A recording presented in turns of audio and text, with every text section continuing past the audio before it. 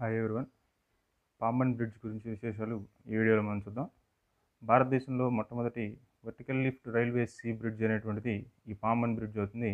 దీన్ని ఏప్రిల్ 6వ తేదీన భారత ప్రధాని నరేంద్ర మోడీ జాతికి అంకితం చేయడం జరిగింది.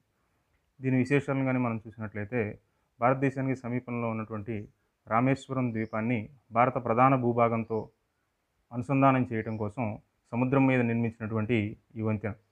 ఇది సుమారు 2.08 కిలోమీటర్ల పొడవైనటువంటి ఈ వంతెన ప్రత్యేకంగా రైల్వే బ్రిడ్జ్గా నిర్మించడం జరిగింది. అయితే ఇది ఇక్కడ మనకి గతంలో 1911-13 సంవత్సరాల మధ్యలో బ్రిటిష్ ప్రభుత్వం ఇక్కడే ఈ రెండు భూభాగాలను అనుసంధానం చేస్తూ ఒక వంతెన నిర్మించడం జరిగింది. అది 110 సంవత్సరాలు పూర్తి చేసుకున్న సందర్భంగా పాతదైపోయిన కారణంగా ఇక్కడ కొత్త బ్రిడ్జిని ఓపెన్ చేయడం జరిగింది. ఇది మన దేశంలో మొట్టమొదటి vertical lift railway sea bridge అంటున్నాం. అయితే ఇక్కడ మనకేంటి అంటే ఈ వర్టికల్ లిఫ్ట్ అనేది ఎందుకు అవసరం అవుతుంది అంటే రైల్వే బ్రిడ్జ్తో పాటు అంటే రైలు ప్రయాణంతో పాటు సముద్రంలో ఓడలు ప్రయాణించడానికి కూడా అనుకూలంగా ఈ మధ్యలో వంతెన్ని కొంతమేర పైకి లిఫ్ట్ చేయడం జరుగుతుంది.